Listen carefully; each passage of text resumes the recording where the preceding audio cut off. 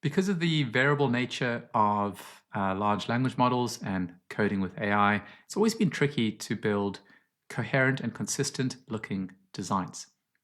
That's where Shadcn comes into play, that we're going to be using because it's a component library. So we are going to be importing existing design components and then using those components to build whatever we need. Let's have a look. So I'm at ui.shadcn.com. And here are components that we'll be using. Now, for instance, this card is made up of a chart component and text component. This is a calendar component, and you can actually use the calendar component. Here we've got some configurations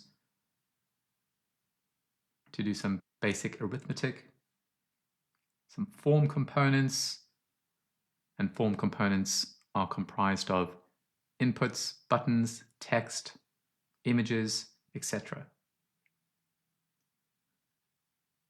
If we click across to components, we can see all of these components, such as badges, buttons, carousels, and we use these components as building blocks to create whatever we like, whether it's a form, a page, a full dashboard.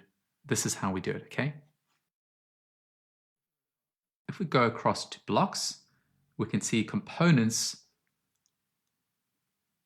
being used as building blocks to build larger components. So here we have a fully fledged dashboard, all right, with a table, toggle elements, really, really good stuff. And the beautiful thing about Shadcn is that it's modular, so that when we need a component, we can simply click on this command and run it in cursor, and it will install what we need. Look at these chart components. They're absolutely stunning. Guys, we can just get these into our apps and then provide the data to be able to create charts like this if we need. Why wouldn't we use this? Of course, it makes sense. For people that don't use component-based libraries, well, their designs are going to be variable and inconsistent. We can even have themes, we can change colors and accents and choose our own custom colors as well. Now, I don't want to get carried away with brand and like pixel perfect design. The way we are going to build is building something functional, and then we can iterate at the design at a later stage. But if it doesn't work, well, why work on the design if it doesn't work at all? So we'll be doing that first. Let's have a look at the documentation. Here we can see Next.js, that's what we're using, and it says create project. So we're going to be using pnpm, remember? We switch from npm to pnpm. And here's a command, pnpm dlx, and then this. So I'm going to click on the copy icon. Please do the same. Let's head back into cursor. I'm going to just close this down, open up the terminal, because now all we need to do is just paste this in and follow the instructions to initialize a new Shadcn project. I'm going to hit return.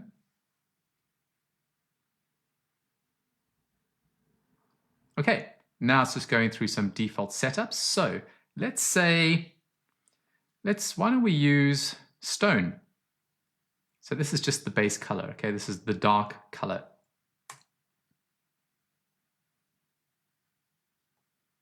Guys, and that's a success. And we can see that it's added components.json. This is just some information for how it needs to be configured in our project. Now, this initialized the project, okay? We still need to import things that we need.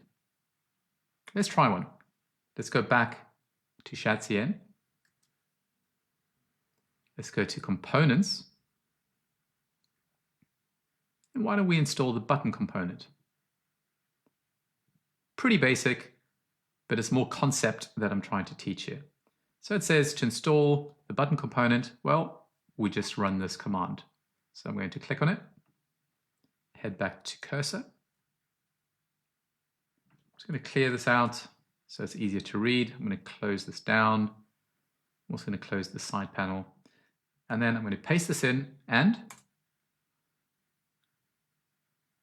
Guys, we now have a new components folder at root level. If I open that up, I have another folder in there called UI. Okay, so components, then UI, and we have our button.